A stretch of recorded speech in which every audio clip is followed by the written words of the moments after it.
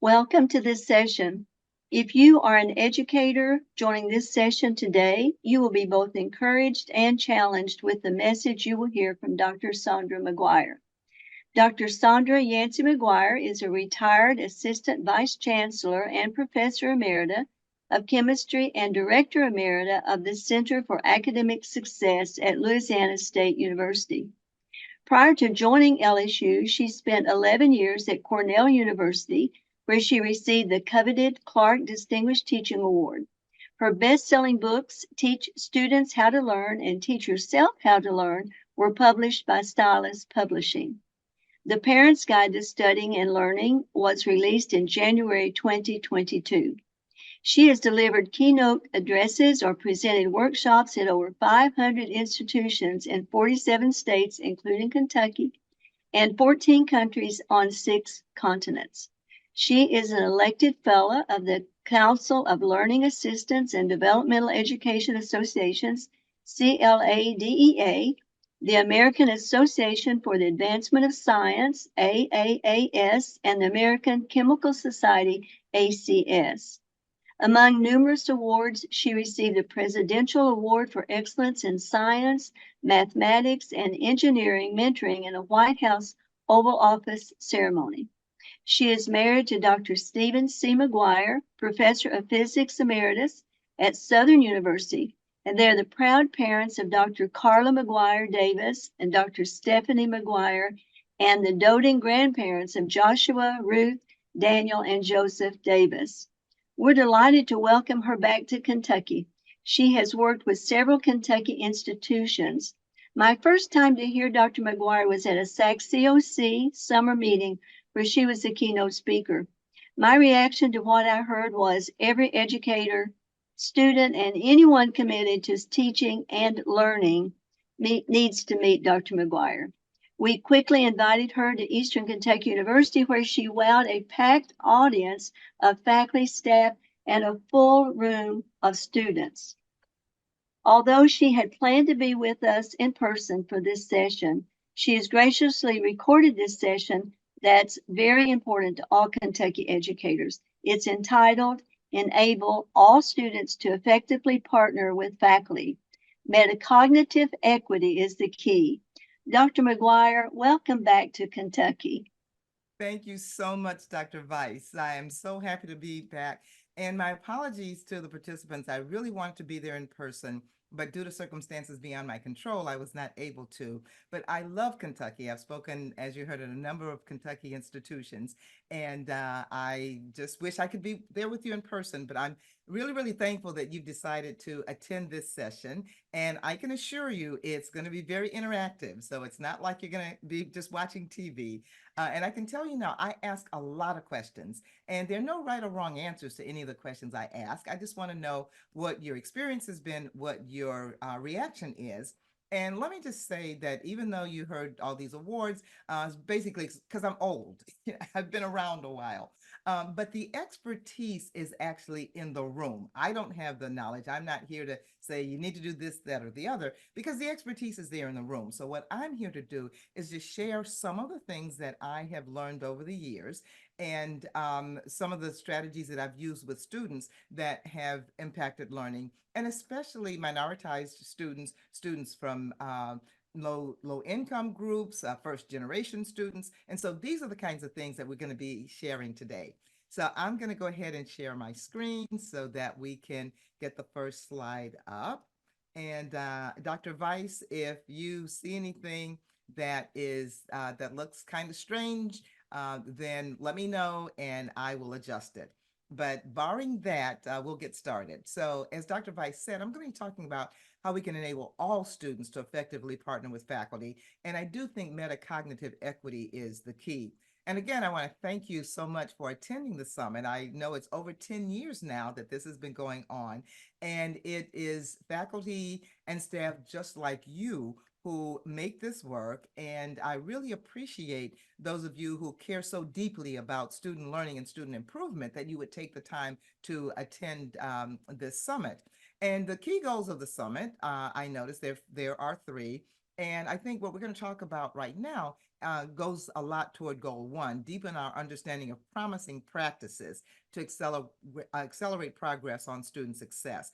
And I've been talking now about metacognition for over a decade, and I get emails from students, from faculty, from staff saying that it has really been a game changer for students. And so I want to share that information with you now.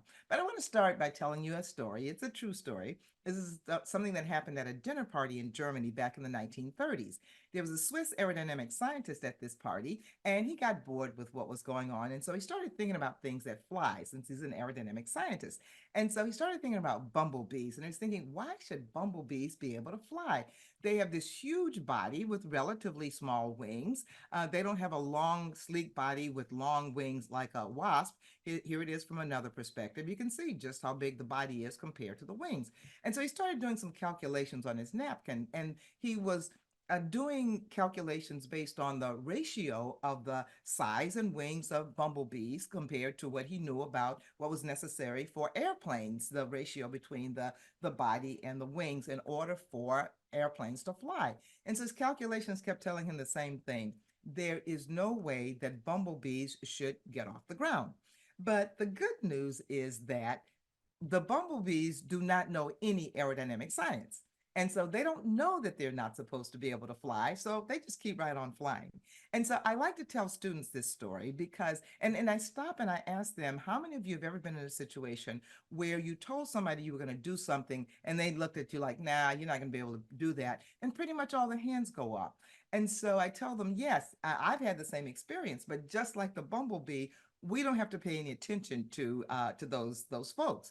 But I do want our students to recognize that when they climb the academic ladder, they are going to face folks whose miscalculations will tell them they shouldn't be able to fly. And sometimes that message actually comes from the students themselves. And it happens most often when we have great students from high school. They've had their, 3 8s, 4 O's, and they come to college thinking that they are totally prepared for the environment. And then they hit that first set of tests and quizzes, and it does not go well. And so then their inner voice tells them you're not going to be able to succeed here, but that is not the case. And so I want them to expect that if they get that message, that's their own miscalculation and nothing is further from the truth. I do want them to expect obstacles, but I want them to know that stumbling blocks and stepping stones can look identical. You can determine which role they'll play.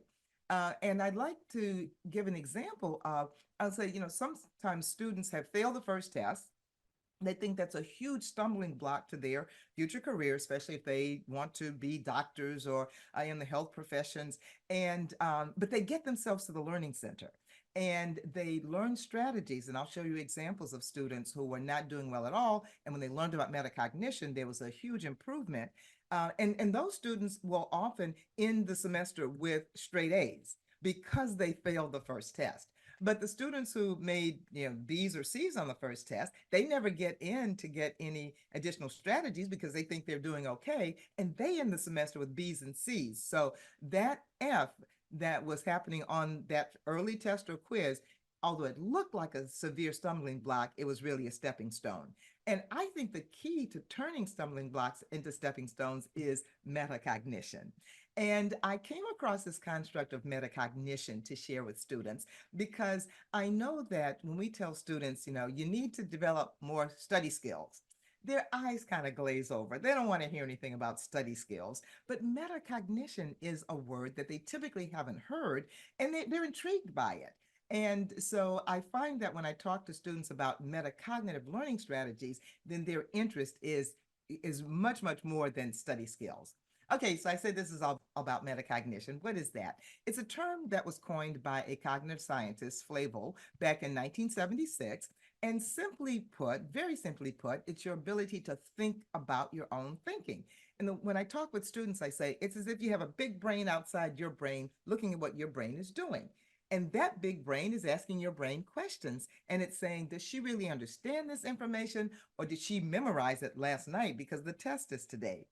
It's your ability to be consciously aware of yourself as a problem solver. You are a problem solver. So that when things come up that you don't know the answer to, you don't have to assume that I got to go ask somebody else. You can actually take the time to think through what you are asking, what the question is, and be able to possibly come up with ways to answer your own questions. Now, here's the first question that I want you to answer to yourself. This isn't a think, pair, share yet, but we'll get to some of those.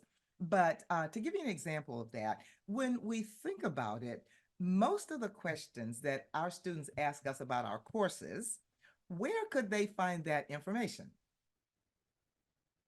And if you're thinking the syllabus, that's the most common answer I get from faculty. Absolutely. And so I say, if a student is not using their metacognitive brain, then they'll say, oh, I wonder when the next test is. I got to go ask the instructor. And the metacognitive brain says, no, we don't have to ask the instructor that. We can answer that question. And then the brain says, well, I don't know when the next test is. I need to go ask the instructor. And the metacognitive brain says, no, what did our instructor give us that might have that information on it? And so it leads you to the syllabus. And so the student looks at the syllabus, finds when the next test is going to be. And I tell students that doesn't mean that you're not going to have to talk to your faculty, because you will. It just means that any questions you can answer yourself, you can answer those. And so when you talk with them, you'll be talking about things that you couldn't answer on your own. And so the time together is going to be much more productive. It's your ability to plan, monitor, evaluate, and control your mental processing so you know if you're understanding something or just memorizing it. It's your ability to accurately judge your level of learning. And that is huge because, this is a kind of a thought question, but I'm just wondering how many of you have had students where you give them a test back, they thought they had done well, they did not do well, and they look at it and they say, I don't know how I failed that test because I studied and studied and studied. I spent hours studying for that test. Um, I bet some of you had that experience because every time I do this in person, all the hands go up. And I say yes. And actually, those students aren't lying. They really did spend hours and hours studying for that test. But what activities were they engaged in? What were they doing during those hours and hours? So I want you to take a second to think about that. And what do you think they were doing? Okay, I get a variety of answers. And sometimes people say, well, they were texting or they were on the phone. And I said, well, yeah, some of them were doing that, but those aren't even the ones I'm talking about. I'm talking about the ones who really thought they were engaged in studying. And then I get answers like, well, they were rereading, they were highlighting, they were just memorizing information. And absolutely. So what that means is that they were studying, but studying at too low a level. And so if we gave, let's say, it was like a psychology class, if the question was define positive reinforcement, define negative reinforcement, define punishment, they're good to go because they have memorized those definitions. They're prepared for that. But we don't ask those kinds of questions. We want to give them a scenario and ask, would positive reinforcement, negative reinforcement, or punishment be the best method to change the behavior in this situation and defend your choice? And they're just not prepared for that. So what that means is that they are operating at lower levels of Bloom's taxonomy. And what I like to ask students, have you ever heard a professor say something like, you're in college now, this is university, this is college, you got to kick it up a notch. We operate at higher levels here. When I ask that question, all the hands go up. And then I'll say, yes, well, how many or who thinks that you could tell me exactly what those professors mean when they say you got to kick it up a notch? Very few hands go up, but the ones that do, they'll say things like, oh, they mean college is going to be harder than high school. Sometimes they'll say, we're going to have a lot more work here. Sometimes they'll even say, we have to take more responsibility for learning. And I said, yes, all of those things are true, but how many of you have ever heard of Bloom's taxonomy? And pretty much nobody has, only a couple of hands go up, if any. And so I said, well, what they're really talking about is Bloom's taxonomy. And so we're going to talk about that. Now, when I'm there in person, I typically ask how many people would say that you are very familiar with Bloom's? And all the faculty hands go up, with the exception of maybe two or three. And sometimes I get a look like, yeah, I'm all bloomed out. In fact, somebody said that because we, kind of get hit over the head with Bloom's taxonomy sometimes. But then I asked, how many of us have actively taught Bloom's taxonomy to our students? And very few hands go up. And I understand that because I never used to teach Bloom's taxonomy to students before I got to LSU. And I learned Bloom's as a graduate student. My PhD is actually in chemical education. So I learned Bloom's as a graduate student, but I learned it as a construct that we as faculty could use to target our instruction, to target our assessment, and I never taught it to students. But when I got to LSU, they were teaching it very successfully.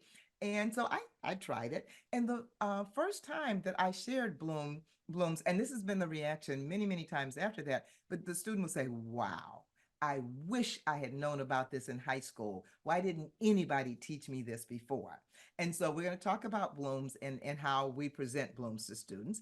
And it's also your ability to know what you know and what you don't know. So you don't show up at a test or a quiz thinking, okay, I studied for this stuff. I'm good. I know it. And then you look at the first two questions, it's like, uh-oh, I guess I don't.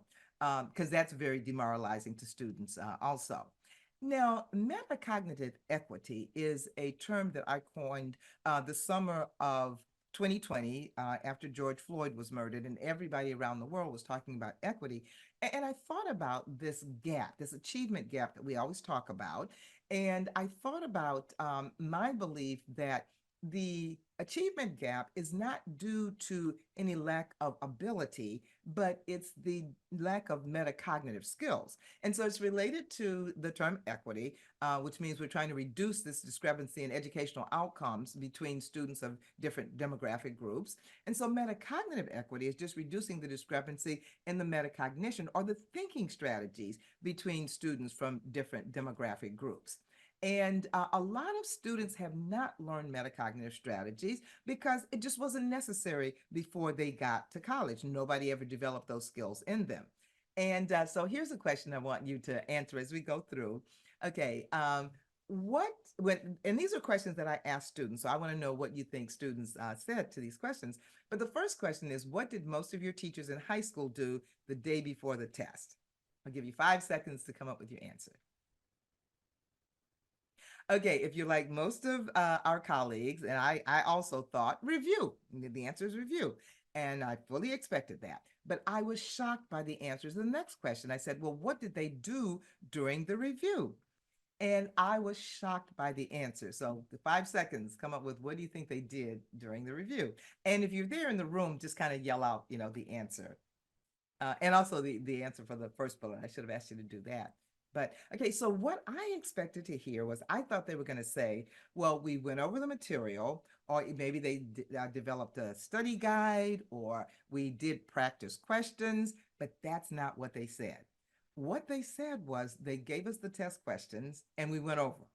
And every time I do this in person, there are some people who know that this is happening, but I certainly didn't, and many of us don't.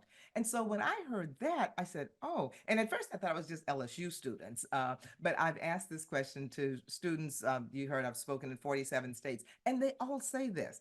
And so when I heard that, because I expected them to say review, and I was going to say yes, but we don't do that in college. You have to do that yourself. But when they said, well, they gave us the questions and we went over the answers, I said, okay, well, if you had not gone to class a single day before, just the day before the test, and you went to class that day and paid very close attention, what grade would you have made on the test the next day? And what grade do you think they said? You can yell that out. Okay, I had very few students who said A few students did, a few students said C, but the vast majority said B. And so that's really what helped me understand why students didn't do anything before the test or the quiz, because they were sitting back thinking that, okay, period before the test, we're going to get the questions, we're going to go over them, and they are shocked when that doesn't happen. And this metacognitive equity gap is due to the fact that some of it's the experience that students have before they come to us. And these are from a number of studies, but typically students from lower income families have average literacy skills 5 years behind those of high income students. This is when they enter high school. And so they're not really learning how to read well for comprehension before they even get to us. Economically disadvantaged students have less access to mentors who are going to model these metacognitive thinking skills. People who will say, well, why do you think it's the case that this instead of that? Students from under-resourced schools are much more likely to be less academically challenged because they're at the top of the class, that they're good students, but the teachers have to target the instruction at a level that more people can succeed. And so the students from the elite private high schools are much more likely to have a challenging high school experience than students from under-resourced schools. And they're much more likely, minoritized and low-income students are more likely to have a fixed mindset about intelligence. And this is the work of Carol Dweck, and we're going to talk just a little bit about that. And there's some reasons. This is a 2019 study. There's some reasons for this the difference, and the impact of privilege is huge because some entering freshmen, we just talked about that, they've got rich prior experiences, and they already have these metacognitive capacities that more students don't have. I'm talking to more and more students now who tell me that, oh yeah, we learned about metacognition in middle school, or we learned about Bloom's taxonomy in elementary school. And so there's this gap. But this report, and I totally agree that our institutions can remedy some of this disadvantage during college if we focus on developing these metacognitive skills. But to overcome some of this, what we've got to do is reduce content coverage in some of our introductory classes and really focus on introducing instruction in metacognitive skills and awareness, because once students get these metacognitive skills, it's really kind of like a paradigm shift. They now know that there is a light in every dark room that they go into, and they know where the light switch is and how to flip it on. Whereas if they don't have this, if they go into a dark room and can't see anything, they think they don't have any ability to do that. So I think it's really, really important that we do that. So basically what we're saying is that faculty, academic support staff, we can foster metacognitive equity, but we've got to help students identify and close this gap between their current behavior that's leading them to the current level of learning that doesn't give them the desired grades, and the productive behavior that's going to lead to the level of learning that we all want and the grades that would reflect that. And so what I want to do is I want to share with you some specific strategies, a couple of strategies that really drastically improve the performance of a couple of students. The first is Dana. She was a first year physics student, and she had come to LSU on a very prestigious American Physical Society scholarship. Straight A student from high school. She lives in Houston, Texas, and her mom worked at the MD Anderson Cancer Center. And so she had met the medical physicist there when she was about 10th grade, and that's what she wanted to do. Great student. She got this scholarship from APS. And when she got to LSU, I met her at a Change Your Major workshop. And so you're going to hear her in her own voice. But she was concerned when she made the 80, because she was used to making straight A's. And then when she made the 54, she was out of there. And I had heard about this Change Your Major workshop. I wasn't teaching it. I just went to see what are they doing at Change Your Major workshop. And Dana happened to be there. And the first thing the advisor did, who was conducting the workshop, she had everybody stand up and tell their name, what their major was, and what they were changing to. And Dana said, well, my name is Dana, and I was trying to major in physics, but that's just not working out. And I will never forget this. The advisor said, oh, yeah, because physics is hard. And she said it just like that. She said, we will find something that you can do.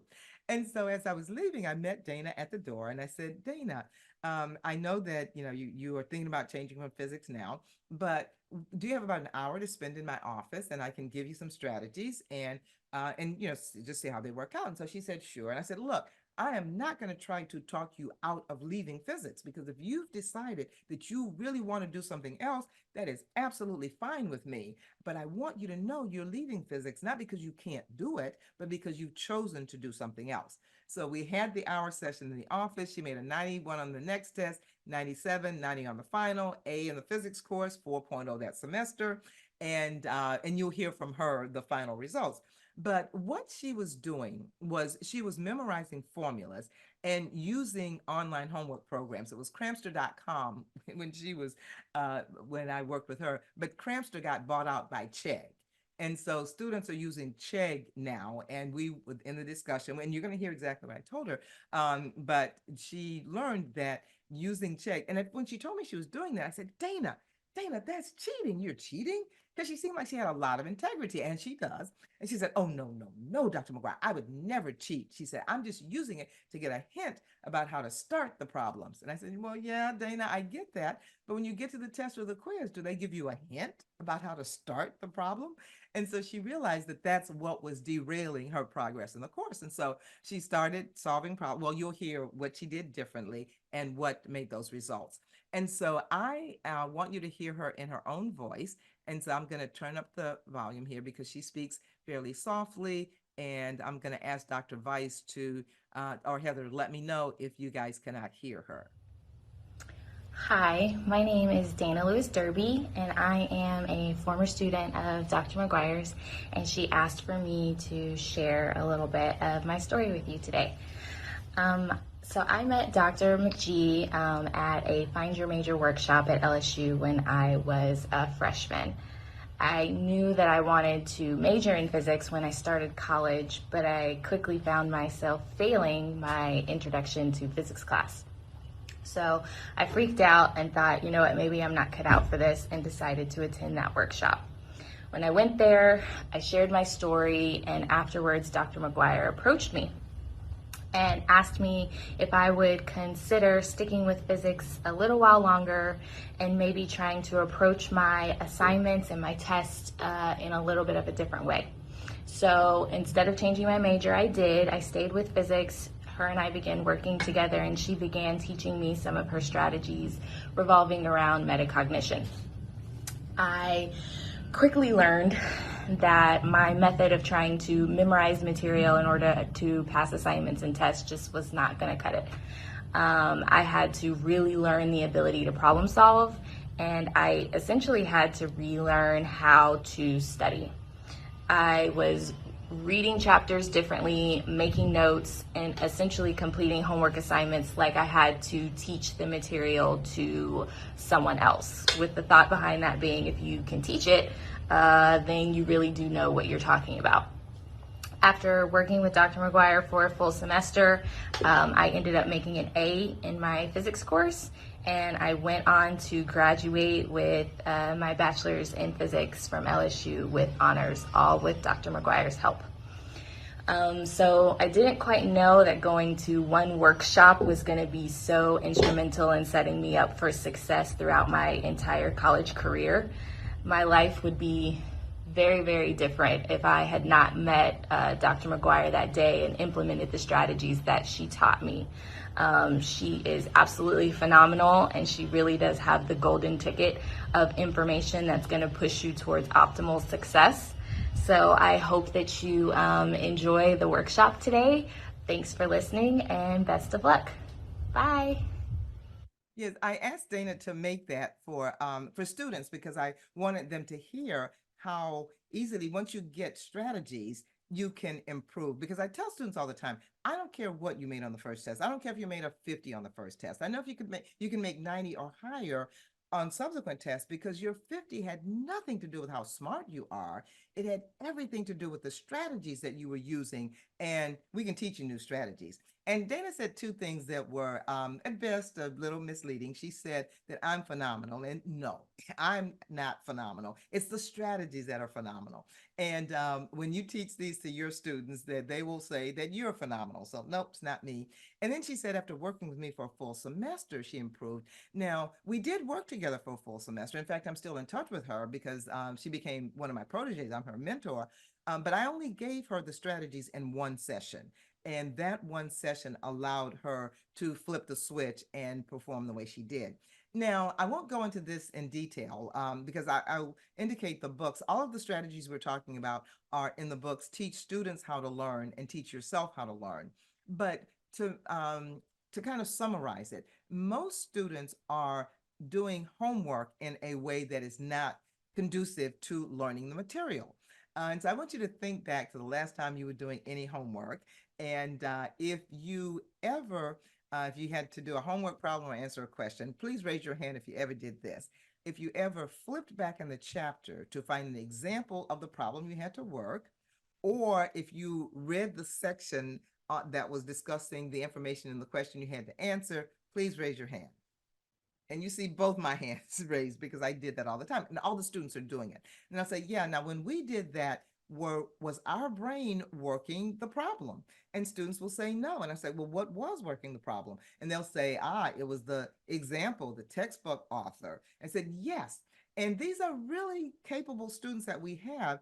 And so I asked them, now, do you remember when you looked at that example or discussion thinking, oh, yeah, I got that. Oh, yeah, I understand that. Because I know that's what I did. And they all say yes.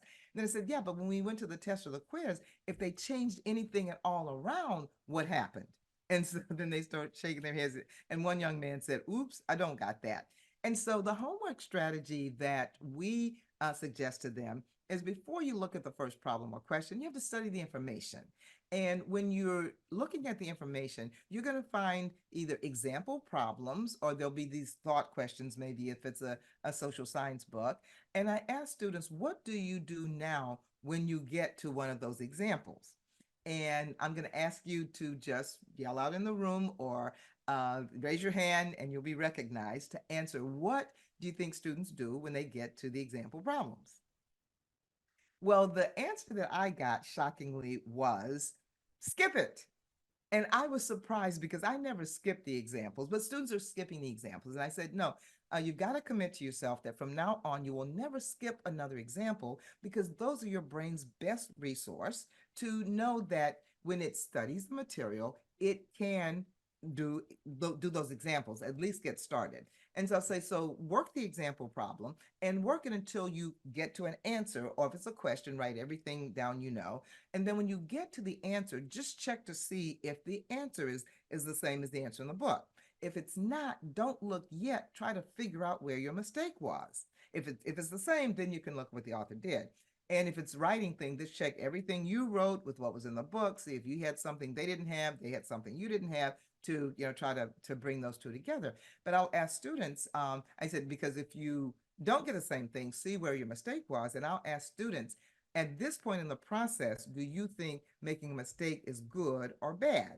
And I want you to yell out whether or not you think students say making a mistake at this point is good or bad. Okay, I can tell you that pretty much every faculty group out of about, 700 of these, every faculty group has said students say bad. Every student group had, without exception, has said good. And I'm sure it's because of the way I set it up. And it's important to set it up, with these questions, taking students back to their own experience. And students will say, good. And I'll say, yes, you're right. And I said, now, don't get me wrong. I'm not saying it's bad if you don't make a mistake at this point, but why is it good if you make a mistake at this point? And I will tell you the three most common answers I get, and you can see if this one of these is the same as what you were thinking. But they'll say, first one, so obvious, they'll say, you learn from your mistakes. Second thing they say is, you're not going to make the same mistake twice. And the third thing they say is, now I know where my brain is having a tendency to go wrong, and so I can correct it before the test. And so then I said, yes. And I asked them, how many of you have ever gotten a test or a quiz back, and you look at the test and you're going through it and you said, oh, I would have done so much better, but I just made simple mistakes. I made so many simple mistakes. Again, all the hands go up. And I tell them, that's what I thought. But I said, now my attitude is that there are no such thing as just simple mistakes, careless mistakes. Mistakes are things that have to be made. And if you're going to make them, then the best time is to make them now, because you're not going to make the second mistake, that same mistake twice. And if you don't make it now, where are you going to make it? And they tell me on the test. And I said, yes. And so the beauty of this process is we're really asking students questions to get them to tell us what we would have told them. And when that happens, it really sticks with them. So if it's not correct, figure out where the mistake was made. And that's just the examples, the little thought questions. When you get to the actual homework problems, then treat them as if it's a test. Try to speed it up. So many people run out of time on tests or quizzes, not because they don't know the information, but they're not speeding up. They're doing it just the way they did their homework. And you don't have any time limits on homework. And so I tell them that you've got to give your brain practice doing what it's going to have to do on the test or quiz.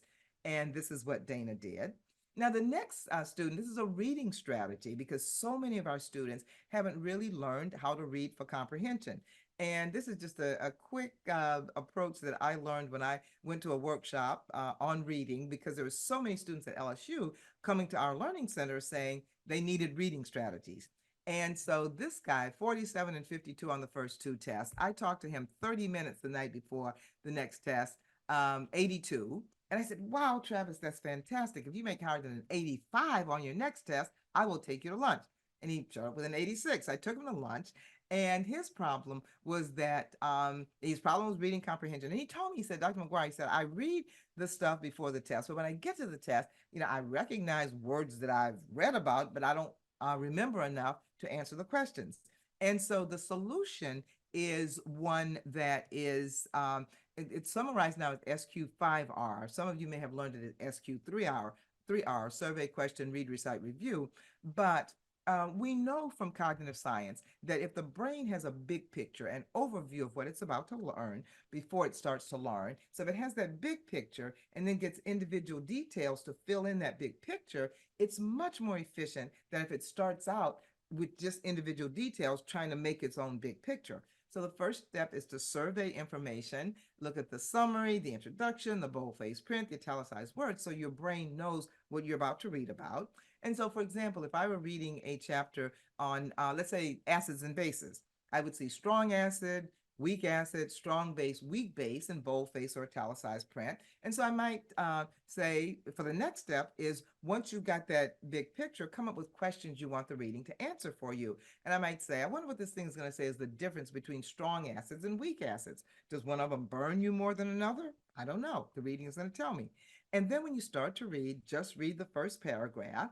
And after you've read that paragraph, stop and verbally put it in your own words. You don't have to write it down, put it in your own words, and then read the next paragraph and put that in your own words and try to fold in what was in the paragraph before.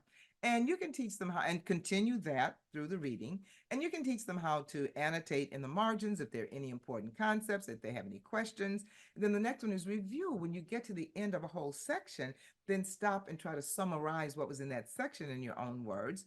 And the last one is reflect. Are there any other views? Are there remaining questions? If you wanted the author to rewrite a section so it'd be more clear to you, so that's involved in the reflect. And so this is a really powerful reading strategy, and students love it. They say it works really well. And I'm going to give us and yeah, okay. So on the next slide, there's going to be a passage that I'm going to give you a couple of minutes to read, and then I'm going to take it off and ask you a question about it. So let's read this.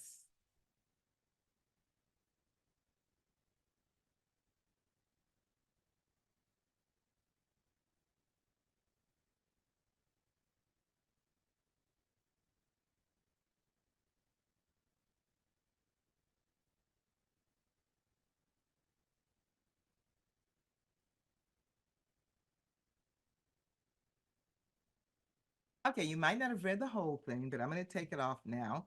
And typically I ask if there's anybody who thinks that you could summarize the information in that passage in your own words. And a few people have tried, but they they didn't really get it.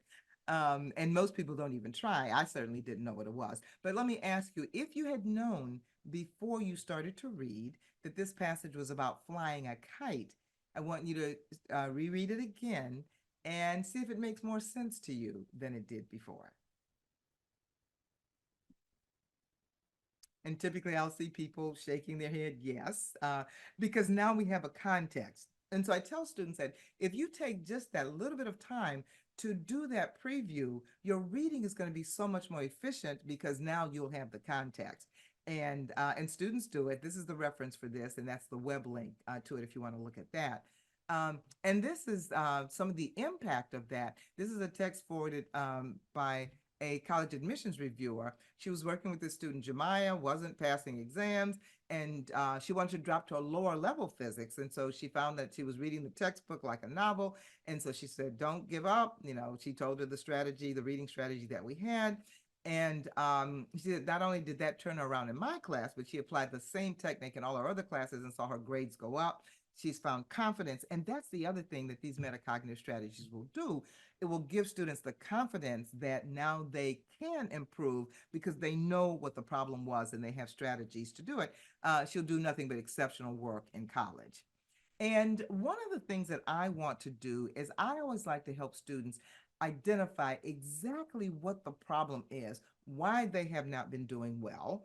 And I find again that reflection questions are a good way to do that. And the two that I ask, the first one is, what's the difference, if you think there's any difference at all between studying and learning? And then the second question is, for which task would you work harder?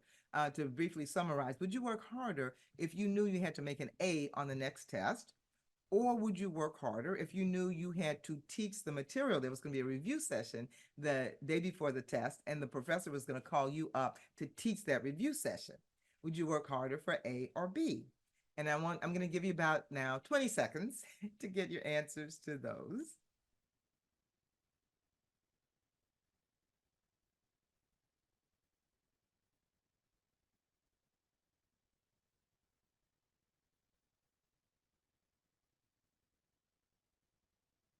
Okay, and so I'm going to tell you the three most common answers that I get from students, and you'll see if yours match them.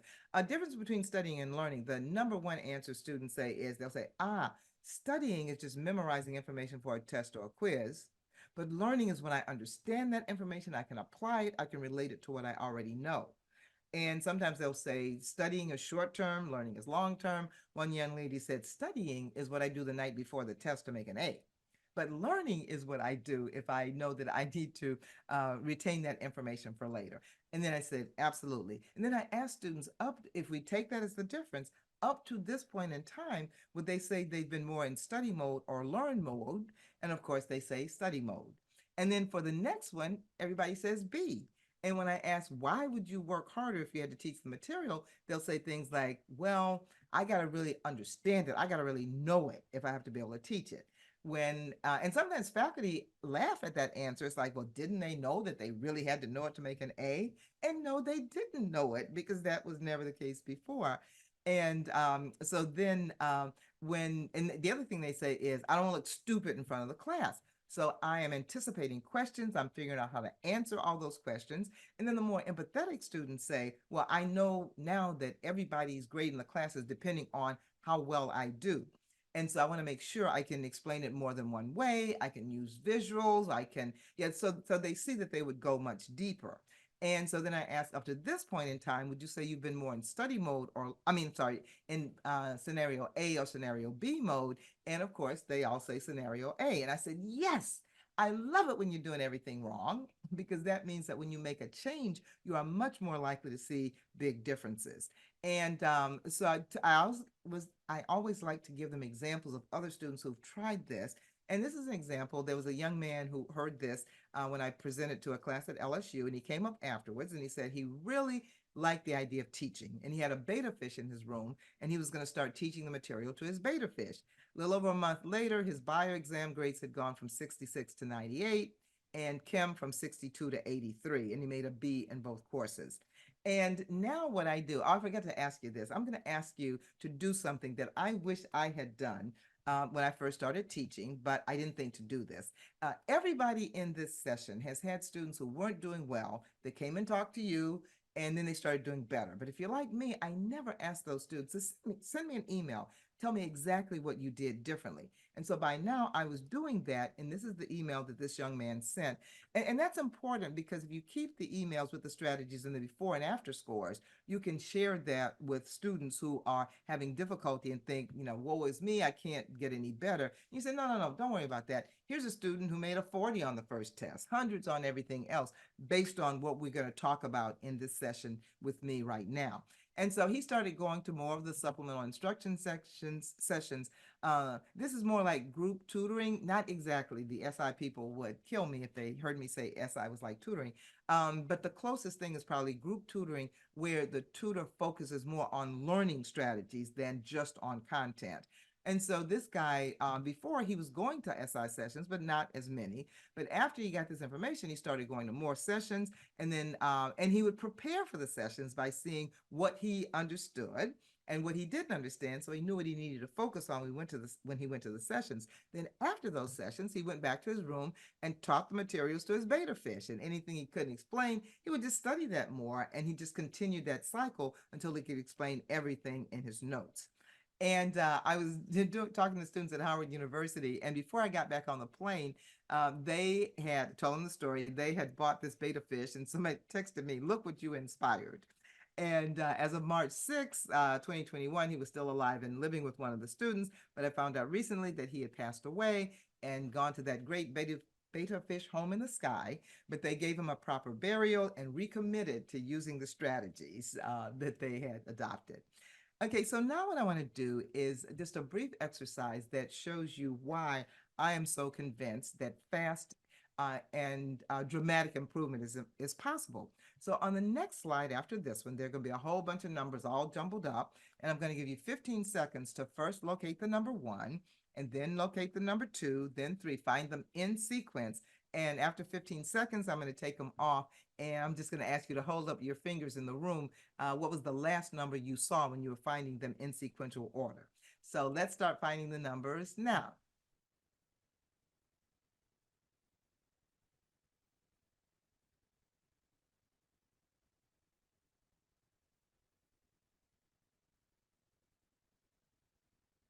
Okay, so hold up your fingers. Okay, in most presentations I do, it's it's high single digits, or sometimes people hold up 2 for like 11, but we typically don't get very far. But I want you to look at it again with this vertical line and this horizontal line and the position of the number 1. And now when you find them sequentially, I want you to notice how they are arranged. What are they arranged according to? And if you're like most audiences, you're kind of doing this because they are arranged in clockwise order. But most students don't know how to read analog clocks or watches, so they say it's quadrants, and that's fine too. But we see how they're arranged. And so now I want you to again start at the number 1. I'm going to give you another 15 seconds, and I'm going to see how far you get this time, and when I tell you to stop. And this time you won't have enough fingers to hold up, so just kind of yell out the last number you saw. So let's start finding the numbers now.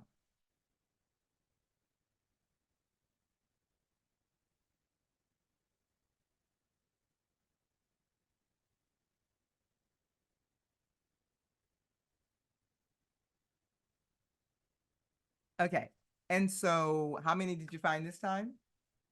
Okay, so most groups will find, most people find about twice as many. And so I said, okay, that's proof positive that you could have made a 45 on the first test, 90 on the next test. But there were some major differences between the first and second attempt. And what were those differences? Okay, I'm sure you're saying some of these. One was we knew how the information was organized. And there were some other differences also. We not only knew how the information was organized, but we had a strategy. We could look at a smaller section of the grid. We didn't have to look at the whole thing now to find the next number. And I tell students that the implication for that is you need to study a little bit at a time rather than waiting until the night before where you got the whole thing you've got to look at and you need to be able to focus. And then sometimes they'll say, well, we've seen it before. And so I said, yeah, that's why you have to continually go over information that's covered in class, not just seeing it one time.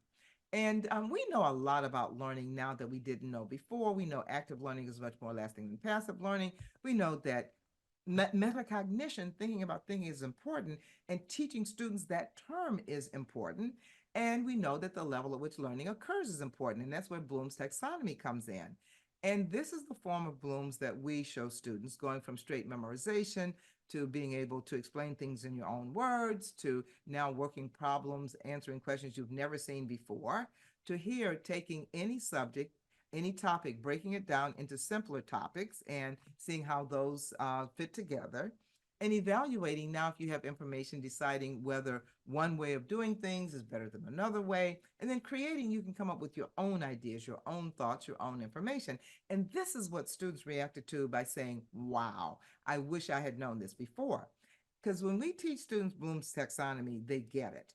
I ask students, after explaining Bloom's, what level did you have to operate to make A's or B's in high school? And the vast number of them are ones and two. There's some that are higher. These are the people who've gone to the more elite schools. They'll get them up there. But most students, even tutors I've worked with, say one and two.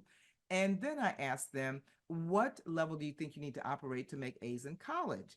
And this is typically, I like to do this after they've had the first set of tests or quizzes so they know what college is like. And usually they'll say maybe 4 or 5. They'll move up, but not necessarily creating. And if I don't get a lot of creating, I'll ask how many of you have to do either a term paper or a research project or a capstone project in any of your classes. And then, of course, all the hands go up. And I ask them, well, what level is that? And they get it. They tell me 6. And so I was doing capturing the data with clickers, and this is one group, high school, the big bump was 1 and 2. In college, they said creating. This group, 1 was the big bump, and they said evaluating, but it really changes. And so that's the third piece of the puzzle. They were in study mode and not learn mode. They were trying to make A's on tests instead of preparing to teach the material. And now we see they were operating at lower levels of Bloom's. Well, how do we teach them to move higher? It's a system that we call the study cycle. And students love this because you've probably heard students say, well, I just don't really know how to study. And usually they'll give us a reason. They'll say, well, nobody taught me. Or they say, I never had to. And so the study cycle involves just 5 steps. Preview information before you go to class. Go to class. As soon as class is over, try to review what happened in class so you can start information moving from short-term to long-term memory. But then, and this only takes about 10 minutes if you do these steps efficiently. And so we teach them that it takes more than that. And we show them how to structure what we call focused study sessions. Set aside about an hour, take a minute or two to plan, 30, 40, 50 minutes to study, then take a break, come back and review what you just studied, and then decide if you need a longer break or if you can do another one in another subject. Now, sometimes students will say, well, I got ADHD. I can't study for an hour. And we say, fine, fine, fine. If you can do 10 minutes, take a minute to plan, study for 8 minutes, a minute to review. You don't have to take a break if it's only 10 minutes, but you can fit this in, and you have to do more of them, but the system still works. This is a young lady. Now she's doing a postdoc at UMBC, but she said it really helped her the most. She got an A+ on 3 out of 4 finals. She said it's important to use it every day before finals week, but it really benefits students for finals week, and it does because it's kind of like a time management strategy. And this is a professor at North Dakota State, and she had a student who wasn't doing well in his classes. She just shared with him just the PowerPoint on Bloom's taxonomy and the study cycle. And he emailed her, said he'd already started changing. He scored over 100% on the first and only graded homework, took the first exam, got 100%. And she said that she also applied the suggestion in slide 14. That was that teaching students work harder to teach, and she invited students to co-teach some of the lectures with her. She said they did a fantastic job adding a lot more content and real-world experience, and she saw that those students poured their passion and talent into preparing for the lecture that they were going to co-teach, and so it makes a big difference. There is a paper that came out in 2020, the Proceedings of the National Academy of Sciences. It says active learning narrows that achievement gap for underrepresented students, especially in STEM courses. And there was a paper, I spoke at Oklahoma State last week, and these are some folks who found that if you combine metacognition and active learning, then you get a better performance on cognitively demanding concepts than just active learning alone. And so we have about 5 minutes left. And so I want to now talk just a bit about mindset. That's the work of Carol Dweck, a cognitive psychologist out of Stanford. And Dweck and her group studied the attitude about intelligence that most people have. And she wrote this book back in 2006, Mindset, The New Psychology of Success. And then shortly thereafter, 4 years later, David Shank wrote The Genius in All of Us, Why Everything You've Been Told About Genetics, Talent, and IQ is Just Wrong. And what Dweck and her group found was that people have typically either the view that you are born with a fixed amount of intelligence, it's not going to change very much over your lifetime, or the other view that people have is that you can grow your intelligence with your actions. If you were tested in 3rd grade and you were found to have an IQ of 80, then the folks with the fixed mindset would say, if you test it again in 10th grade, then your IQ is not going to be much different than 80 because that's a characteristic. Whereas the growth mindset people say, well, sure, you could have an 80 in third grade, but if you learned those things that are tested on an IQ test, and there's specific skills that are tested, you could be 120 when you're 10th grade. And we know that the growth mindset is much closer to the truth because things like neuroplasticity, neurogenesis. And so it's important to know exactly what the mindset is because people with a fixed mindset typically avoid challenges. They give up very easily. When they get to obstacles, they see effort as pointless. They ignore useful feedback and they're threatened when other people are successful. Whereas people with a growth mindset embrace challenges. They persist when they get to obstacles because they will put forth the effort because they know that effort is the path to mastery. They learn from constructive criticism and they're not threatened when others are successful. They're inspired when others are successful. And they have the attitude, if you could do it, then I can too.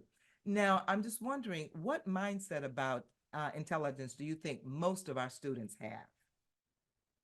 And not all of them, but I think most of them have a fixed mindset because we socialize students into having a fixed mindset.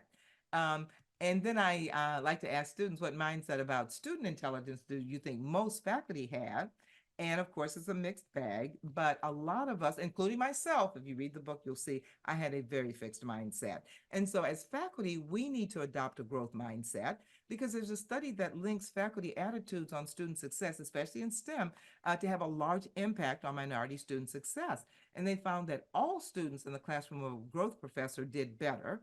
And it narrowed the gap by almost half between the Black, Latino, and Native American students and the white and Asian students.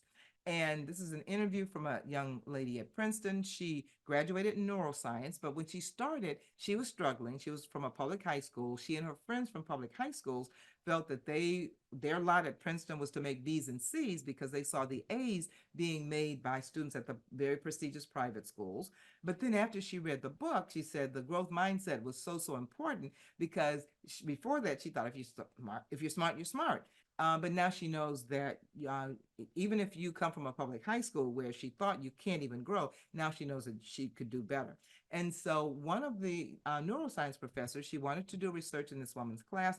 The woman scoffed at her, saying, you know, why are you even trying to major in neuroscience? You have a C in my class. And so she told me she went home, she cried the rest of the night. She thought about changing her major, but she really wanted to do neuroscience. And so she doubled down on the strategies and she started getting all A's. She got an A+ on her senior thesis.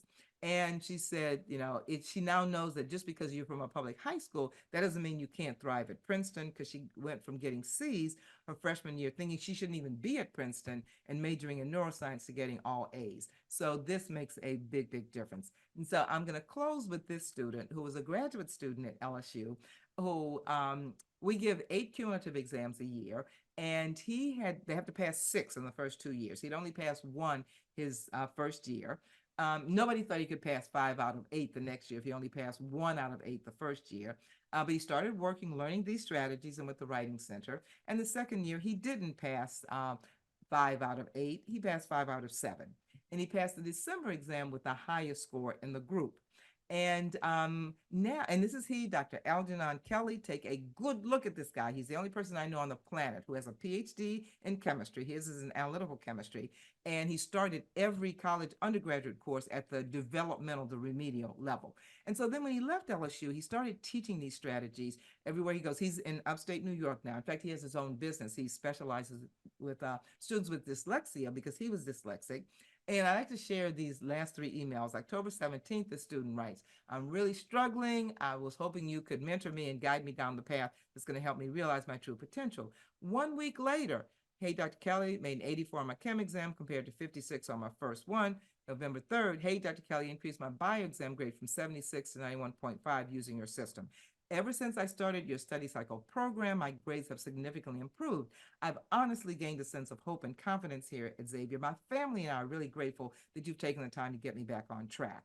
And this is the impact that this can have. The first generation students bring the hopes and dreams of their families with them. When they struggle, they don't know how to fix it. The families don't know how to fix it, but this stuff will. And you notice the change in his mood from, hello, Dr. Kelly. Hey, Dr. Kelly. Hey, Dr. Kelly. so many of our students who are suffering from anxiety because of academics, this will work. So in conclusion, we really can close this metacognitive equity gap, but we got to teach our students how to learn. We've got to make the learning visible. We can't judge their potential on their initial performance, so we can't let them do it either. We got to encourage them to persist even when they fail initially. We got to encourage these metacognitive tools. These are some references. These are some acknowledgments. This is a follow-up activity that you can't do now, but you'll do later. And I just need 30 more seconds to, this is the book for faculty, the book for students. I want to tell you why bumblebees can fly. As you heard, that was going on in the 1930s when aerodynamic science was in its infancy. And this guy, as you heard, was comparing bumblebee wings to airplane wings. And if they were similar, he would have been correct. But they aren't similar. Airplane wings are smooth and flat, and they don't move. But bumblebee wings have lots of bumps and zigs and zags, and they're constantly moving. And this constant moving creates these airfoils that give the bumblebee enough lift to stay aloft. So we can remind our students that whenever they see a bumblebee, let it remind them that anybody tells them that they are not going to be able to be successful, tell them, check your assumptions. I am a Kentucky college student who has metacognitive strategies and I can achieve anything I want to achieve, then drop the mic, walk away, and leave them in their Kentucky blue dust. So thank you again for coming to the session, and I will turn it back over to Dr. Weiss. Dr. McGuire, thank you for a wonderful presentation. I wouldn't have missed hearing your discussion today. And I'm sure if you could see the people who will hear and respond to this, it'll be remarkable. You know, it's so wonderful to be reminded and encouraged that we can help turn stumbling blocks into stepping stones by just using good strategies with teaching, and how important faculty are in partnering with students and with all students. And thank you for reminding us of that today. Thank you. And have a great rest of the semester, everyone.